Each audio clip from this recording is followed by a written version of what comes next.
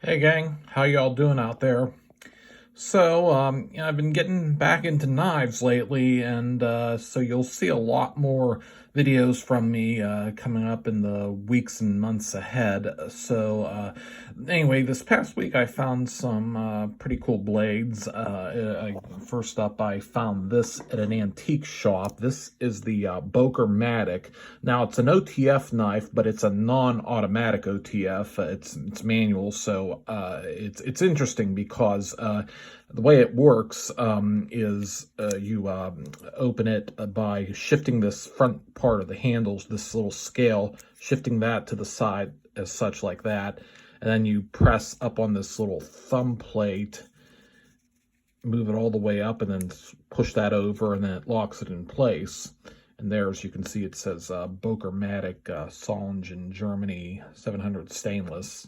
And it's pretty interesting, and the way you close it. There's a patent number on the back if you want to pause and get a look at that. And the way to close it is interesting because then you shift the scale, push it back over, and then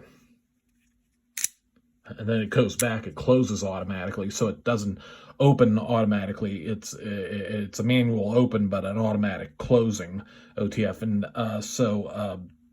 and I think Boker, I think they made these for places that don't allow automatic knives. It was something that's similar, but but it's a version that's legal. And I think it's pretty unique. Definitely was happy to find this, and add it to my collection. And there's, like I said, there's other non-automatic OTFs, like Boker now makes a manual slide open OTF called the Slike, I think it's called. And then there's the Schrade and Smith & Wesson assisted open OTFs that I showed in the past video, where they're similar to automatics, but they're made in a way so they're technically considered assisted knives. So yeah, and you can look at that old video if you want to see those. And then there's another OTF alternative out there. I don't know if you've seen these before, have heard of them. The Black Eagle and the Black Dagger. What they are is they are fixed blade knives, but what they have is this blade cover over the blade, and there's a switch in the handle. When you pull the switch back, it shoots the blade cover into the handle automatically, and then when you push the switch back up, it shoots the covers back up to cover the blade. So it's kind of like a pretty interesting. It was a unique innovation that they came up with, like as a way to get around the switchblade laws. So I don't have one of those yet, but hopefully I'll get one at some point in the future. So anyway, sorry, I'm kind of rambling there. So next up is this stiletto Swinguard. Now this was, I think, is one of the AKC World. I think that's AKC's China line of knives. Anyway, they've been making these 9-inch Swinguards that have this pocket clip on the back, and this one, it's pretty nice. This one, it has a good snap. Now it doesn't say AKC on it. It just says Italy. If you can, as you see there, and on the back it says 440C. So but it came with a AKC box, so I guess I assume it's from them. I really am not sure, but yeah, the pocket clip. That's kind of seems out of place on a knife like this. On a classic Italian style stiletto, I'd expect you see, I really don't expect that. So this seems more suited to modern folding knives. But it's still, that's something different. But I guess I could always take the pocket clip off if I wanted to. There's screws there. It's still pretty cool. And it's a very nice knife. It has a, I like the handles too, the Pearl X white handles. So, or mother of pearl, I think that is. Yeah, so that's a good.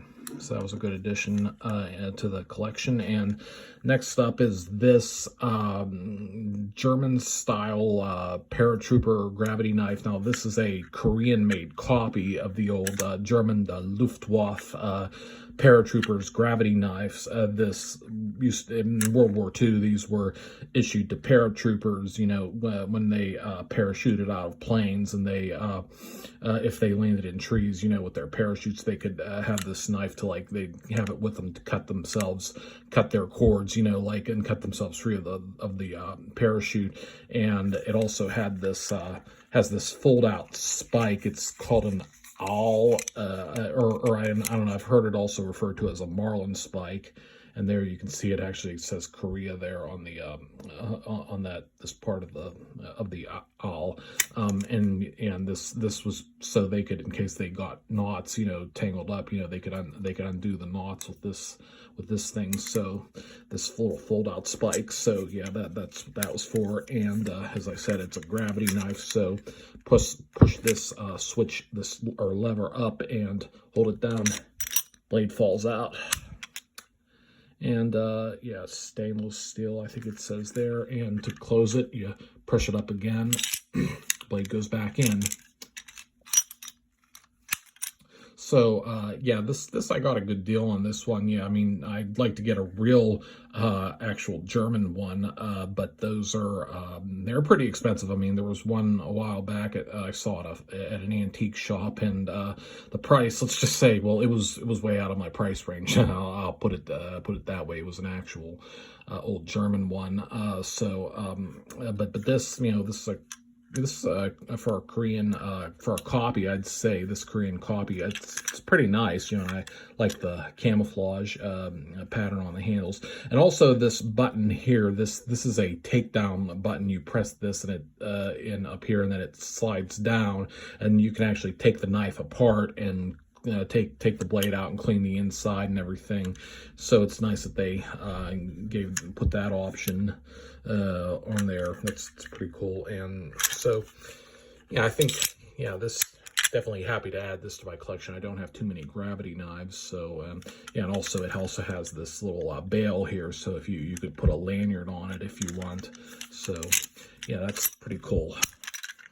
Yeah, so found some interesting items lately. Yeah, these were good finds for sure.